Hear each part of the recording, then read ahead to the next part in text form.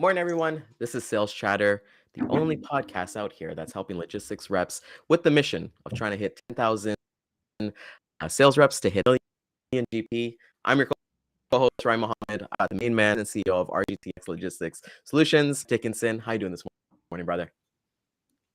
Good, my man. How about yourself? How you doing? I'm doing good. I'm fired up. This week has been a little bit of a short week, So right? am I. It's always the short weeks that kind of fire up a little bit. So, yeah, let's get to it. Let's have some fun Yeah. today. Yeah. Let's To the HPLS podcast. Live, relevant, and high performance information, conversations, and education weekly.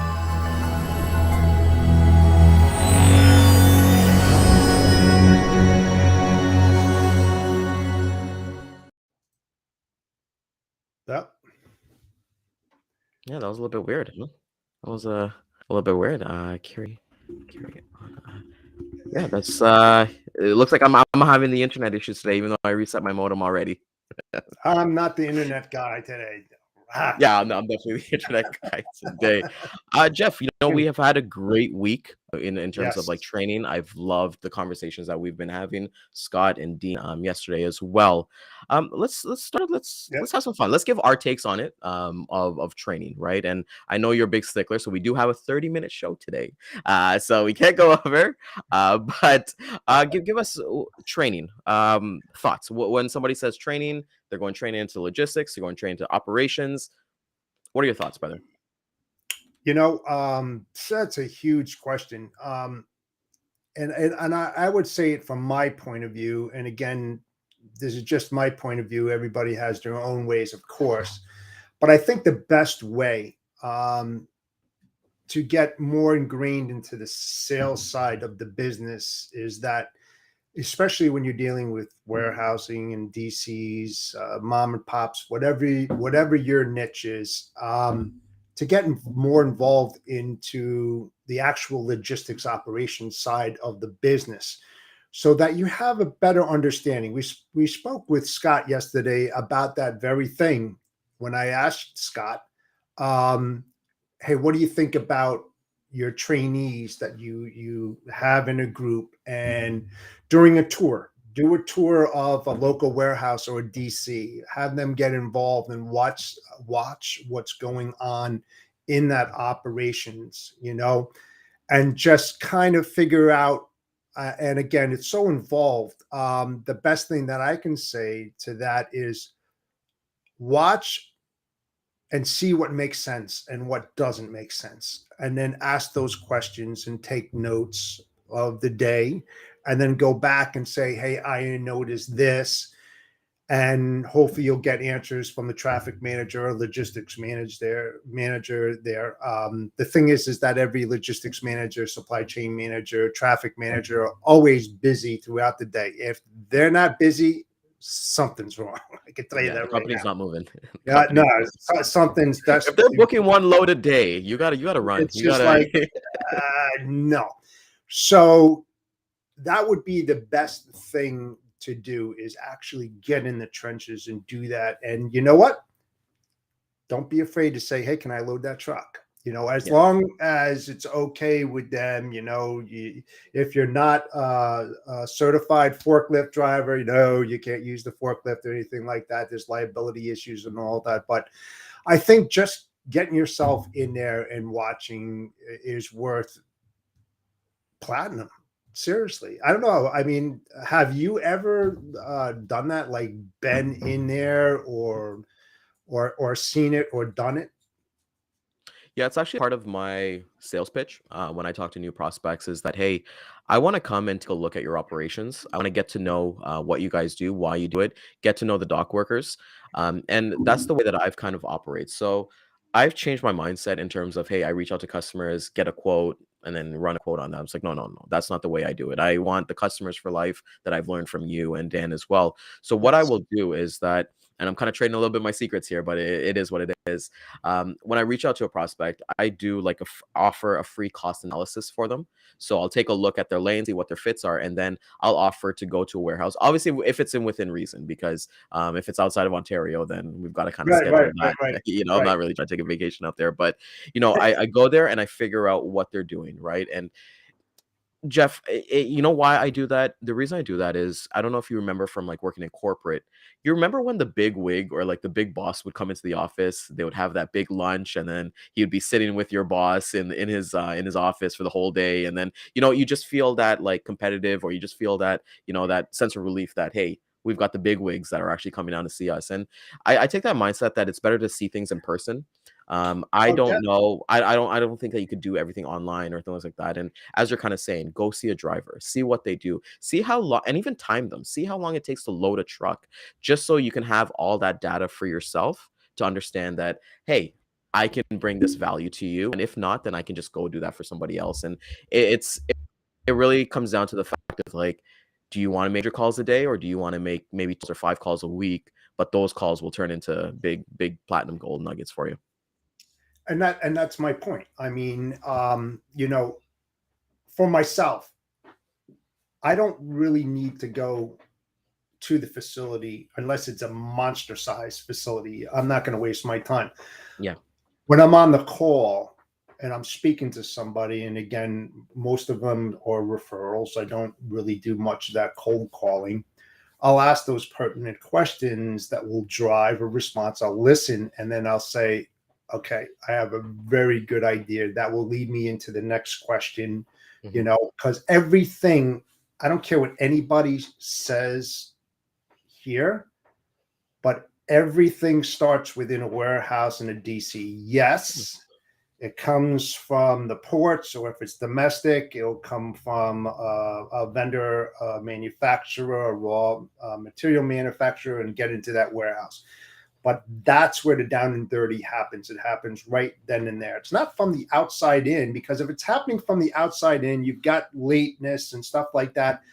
Most of the time, it's that another warehouse held up another driver, and that's the Yeah. reason why the driver didn't make his schedule appointment time, and it's just a vicious circle. And it's the next one, and it's the next one. So it really boils down to operational inefficiencies. I've seen it a ton of times.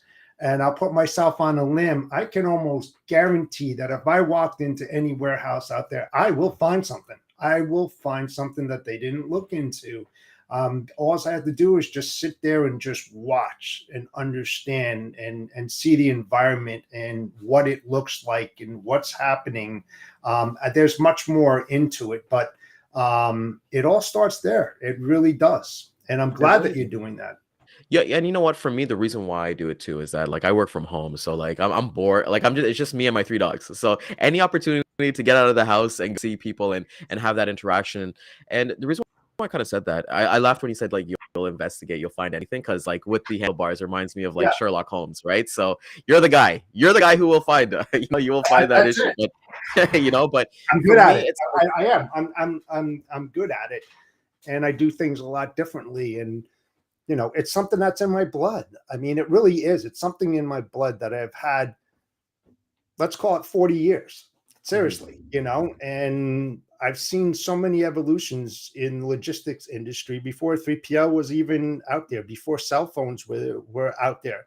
I mean, I've seen from the worst to the best. I mean, Mhm. and it's still improving, which is great. So the industry is moving in the right direction. It really is. Yeah, yeah. It's not, and it's not just about like tech and stuff like that. It's just really being there, like having those conversations and being able to actually get to know customers or prospects on a human level, even other competitors, to get to know them on a human level. That's why we got all these podcasts and things like that. But I want to talk to you about training specifically for yourself. Um, what kind of stuff do you kind of do? Because, like I said, we've both been in the industry for a while. We know how to make a call, we know how to do these things. But what kind of things do you kind of do for yourself, whether it be like check LinkedIn or check other podcasts to kind of, Oh, I do. I mean, it has a lot to it. I mean, one thing I do, and I got them right here. You know, progressive railroading, supply chain brain, logistics management, inbound logistics. I could keep on pulling stuff out. I mean, I get this stuff every single day. I read it in the morning, and I like to keep myself up to date, my finger on the pulse, looking at the data, looking at that, freightways, looking at any kind of stuff that's going to give me information in order to push me forward, and then I'm going to take that information from our podcast, Speaking with Dean, or any other podcast that I'm on, or anything that I read out there as far as content and post from competitors or friends in the field. And I take that, I make my own decisions based upon what I'm gathering, and then I'll come out with something, all related, because you're pulling in so much different information from so many different things. It gives you that knowledge that you need, because everybody is facing different things in logistics. A lot of them have the same problems, but different verticals have different issues within themselves. So, it's good that's a great training. Read books, audio books, all that stuff. What's that? To say, like, this, I think it's amazing that what you're doing working. But it's important that you're doing those things and actually going forward with it, because not a lot of people, like, I haven't seen a magazine in a while, right? But Jeff, for you, when you take that knowledge and you talk to your customers about it, what's kind of the feedback that you get from your customers from sharing that knowledge with them? Oh, wow. Or, hey, I know about that. And then, we start talking about something, and then another door opens up, and then it's like, boom, I walk right through that. There's a lot of different things that I can do. I mean, I'm not gonna, like Scott says, I'm not gonna give you all the secrets, but, No. there is a lot of different things. There's a lot of KPIs. There's a lot of things that you can do, but you got to learn that, man. That's how you develop value. Everybody has their different level of value, whatever it might be, that they can bring to the table and offer that. Some have more, some have less. But that's the thing, is that when it comes to training and you're on the sales side of the business, and I say it all the time, I'm not a sales guy, I'm a logistics guy, first and foremost. Okay. But I can sell logistics. The thing is that find your value out there, define what your value is, find what your niche is, what you're good at, what you like, and keep going down that path, man. Find your own individual path that you feel very comfortable in it, and then create it and build on that. And then before you know it, you'll be an SME, subject matter expert in that. And that's where you want to be. That's the differentiator. What do you have more than others? It's not all about moving freight, man. I don't sell freight. I say it all the time. That's not the main point. Yeah, you're not trying to sell freight, and that when you get more of that, like, that's where you start hitting the gold, right? You start hitting, hey, I got the customers for life. I'm able to have these conversations with people, and kudos to you for always developing yourself, because people think that, hey, I've got to come out here, I got to do 100 calls, I got to do 100 emails, and it's like, well, know what you're doing. Like, one thing that I did, Jeff, yesterday was I went through my CRM. And I just deleted, like, contacts that were just wasting my time. And what triggered that for me was that there was a prospect that I was talking through for the whole year yesterday. Sorry, I was talking for the whole year last year, and we did their RFI, and then they came back to us saying, hey, we had over 250 carriers come to us, do the RFI, and you guys are not eligible. So, like, this is I wasn't a kick in the pants, but I was like, forget these guys. I don't need them. I don't need to work with these. And I was like, okay, let's go back to the CRM. Let's go back to the basics, and then understand that, hey, and the first call I actually made was to my top client. I went to talk to him. I was like, hey, what do you like about us? What's going on? Give me a little bit of value. And then I shared the story. And then he literally told me, he was like, you know what? It's their loss. And just think about that, right? You get to pick and choose who you want to work with. Absolutely. And I think training is so bad. The topic of, like, specifically training, only time you can only talk about your path, because those are the ways that led us to where we are today. But for me, what helped me and kept me in this industry, to be honest, was that I did operations for a year. I did learn what a truck is, figure out how many space. The funniest thing I think we ever did in our office was like we got a couple skids and trying to figure out, okay, how much space is this going to take in the dry van or on the kick of the step deck and things like that. And I think learning the industry that way, I Yeah. always tell my wife that, hey, when I did that interview for my first job, my boss asked me, "Hey, do you want to go into operations or you want to go to sales?"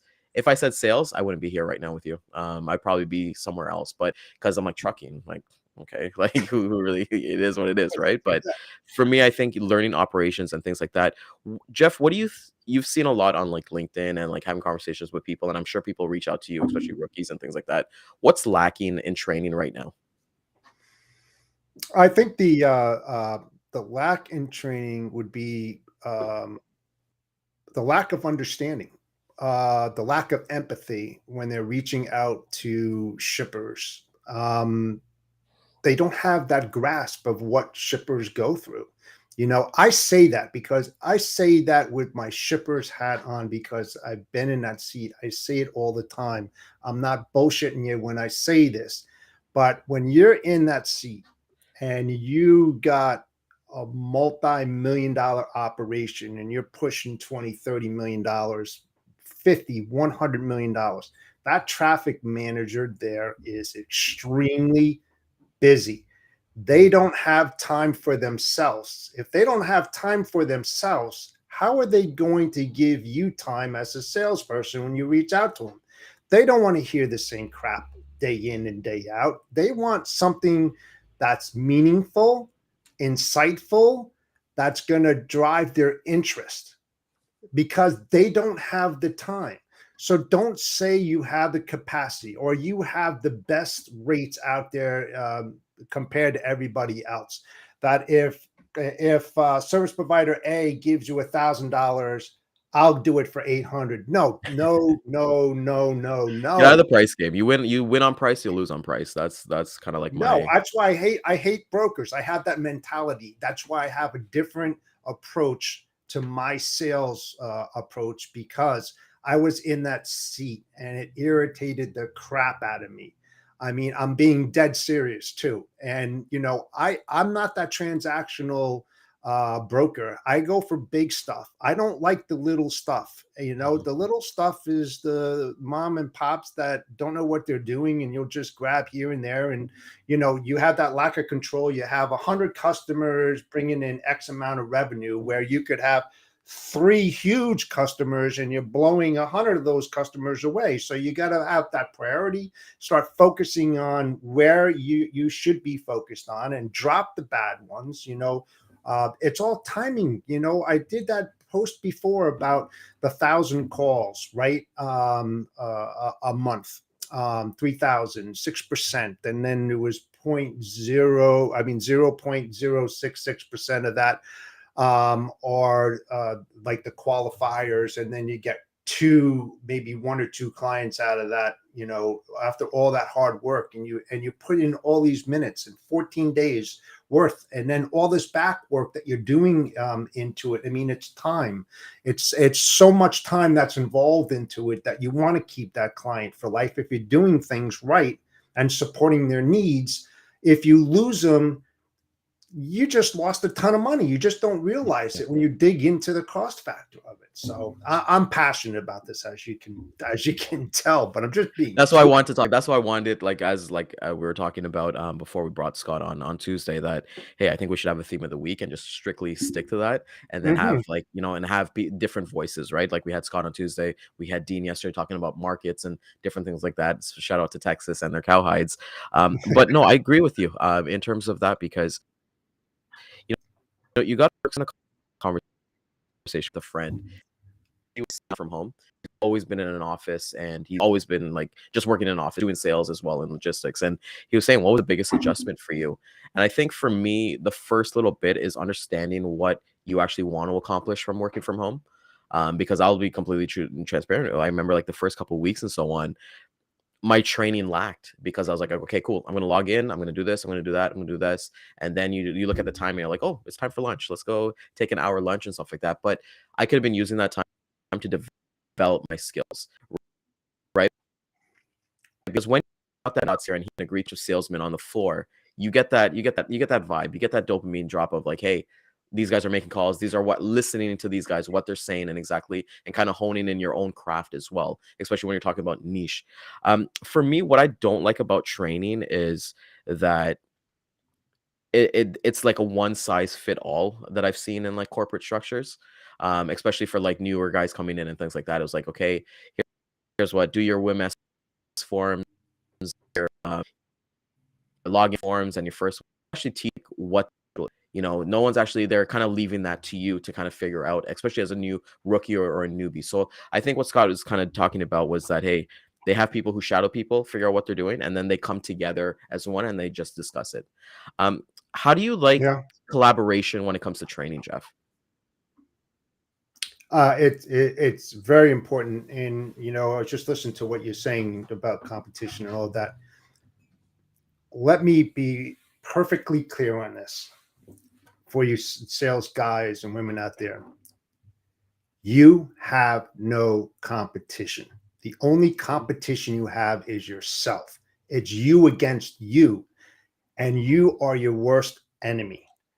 It doesn't matter what the other people is. It's what you have in here, and your goals and objectives, and where you see yourself.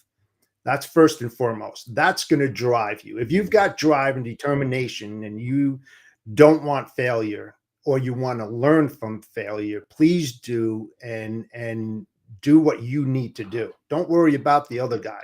It doesn't matter. As far as training is going, your report to should be in the trenches with you, showing you the ropes. The only thing he can't or she can't show you is the logistics side of the business. They're only showing you the sales and what to say and how to say it, when to say it. But I'm telling you, you want to get a good feel and get your finger on that pulse. Get your ass in a warehouse, see the inside of a truck, talk to a truck driver, get that feedback. It's so beneficial. I can't tell you. I've had years and years and years of that. Are you going to learn it just like that? No, but you have to be patient and willing to take that extra step to learn that side of the business. It's going to treat you well. Trust me on this. It definitely will. Yeah. And I think that that's extremely important. Like, and the one thing our industry is that there's no cookie cut way, right? There's no, like, you can say, hey, go to a warehouse No, and, there's not. do this thing. There's not. But then I've known, like, we both know people who've never done that, and they're extremely successful by their means and by their goals as well, by having competition against themselves. For me, what I look at when it comes to training is understanding, when you're talking about determination and you have that grit to want to succeed, I feel like you kind of need to paint that picture as well of what does grit and what does clarity kind of look like to you, and then you can actually define what training you actually. Because I know that when I first came to the company I'm with now, I met Dan. I met Dan starting there, and it was a training session in Mississauga, and that's where we connected.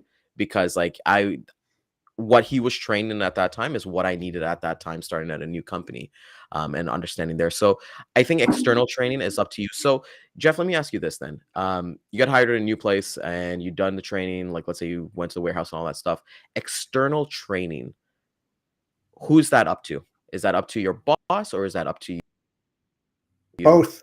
It's Um, it's up to you to ask those questions, and engage in your report to, and ask him or her for follow-ups, weekly follow-ups. Hey, let's have a meeting. What do a lot of them record their phone calls too. Yes, yeah, we do. Yeah. When I had a team, they had the little suction cup on the back of it, and they recorded everything that they did, and then they played it back at the time, and then they sat down with their manager, and the manager went over with them. They said, "Did you hear? Did you understand what the shipper was saying here? Let's dig into this a little bit more and define, how you could approach this a little bit better," and so forth and so on. So, yeah, I mean, the engagement is critical, for sure. And the more experience that your manager has, the better off you're going to be. If you have a manager that sits in his office and just looks at numbers all day, ain't going to work. It's not going to work.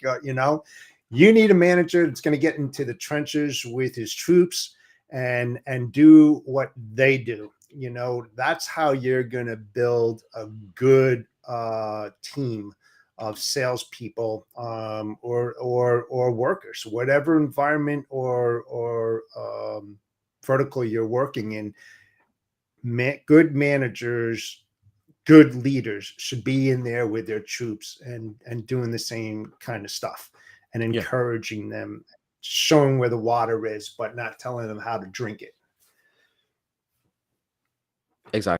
One of the big things, I love that you said that because Jeb said that on the episode that we had. Like, he companies get the list, making calls. He doesn't know the industry, but he'll start making calls. And one of the important things that I like to said is that when I worked a corporate job, we'd have like power hour or power 2 hours, where literally everybody on the floor, even operations, every single person on the floor, they make a call. They make calls for that hour, and then we all come together in the conference room, share our successes, and share things that we can learn on. And and I think that's what's important for I think for training. And I did that outside of logistics.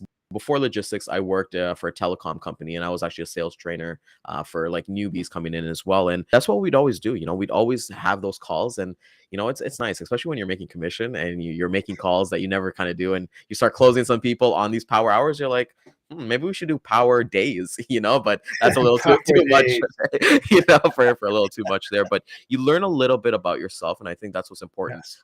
Question for you, Jeff. At RGTX Logistics Solutions, have you ever hired like sales representatives to make sales? And if you did, what kind of data did you measure them by? This is really funny. So on paper, rail logistics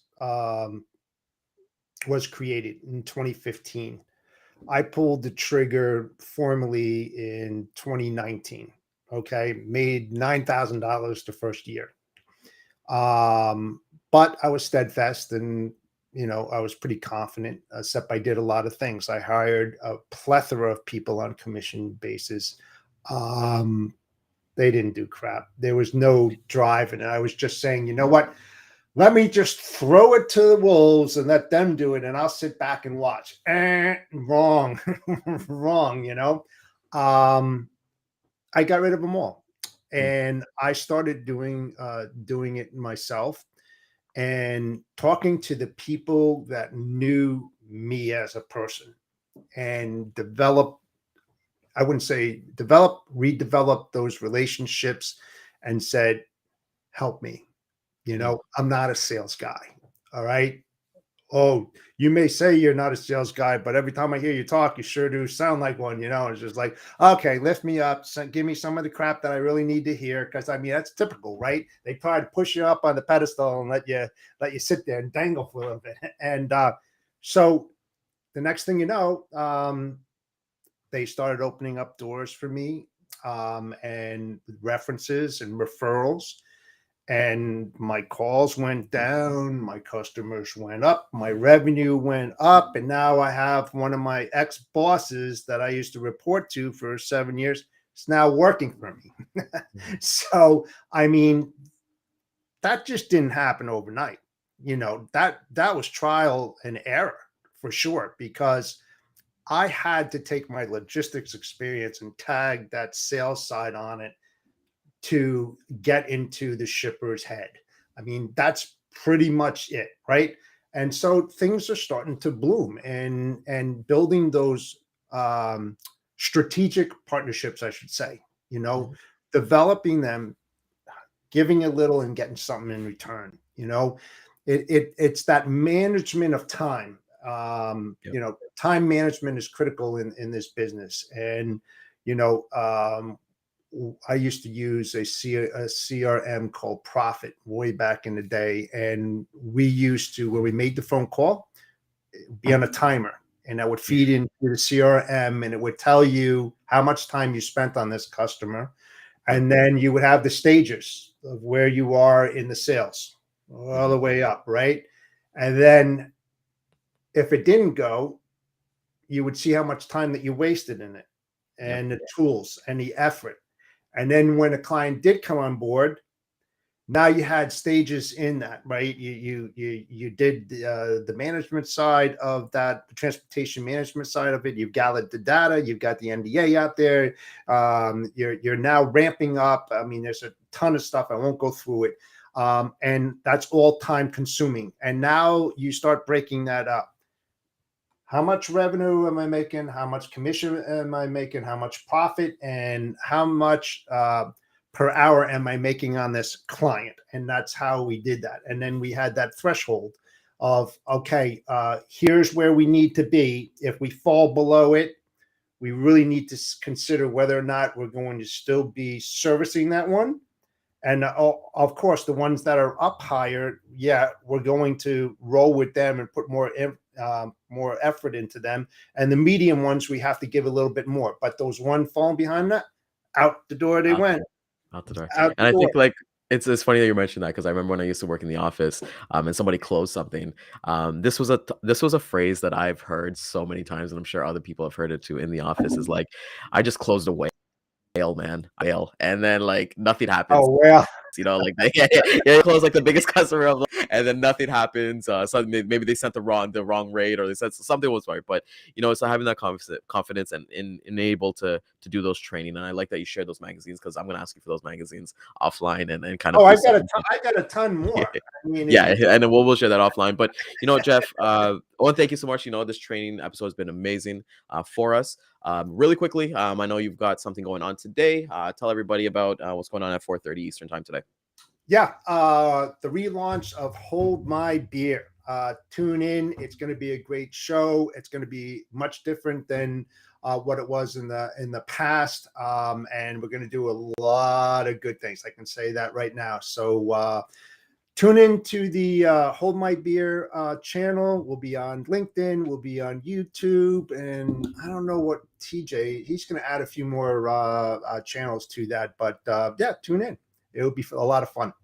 Yeah, I'll be there, man. Bring your beer. Bring your beer. I was just gonna say, like, I'm gonna make sure that none of the craft stuff, none of the IPA stuff, bring the good stuff. So I want to thank everybody for coming out this morning, just on the YouTube, Facebook, and sorry, and LinkedIn. There we go. I forgot LinkedIn at the end there. We'll be on for Friday wins and lessons tomorrow. Keeping it casual. We'll do it like training edition, just like we've been doing for the past couple of weeks. But it's been a lot of fun this first week, and I know a lot of people are getting value. Shout out to Scott for being on for Tuesday, Dean yesterday, and shout out to Drew in the comments this morning. So with that being said, we'll see everybody tomorrow. Have yourself an amazing day. Make the calls, do the emails, do the work today, right? Let's go. Let's go. See ya.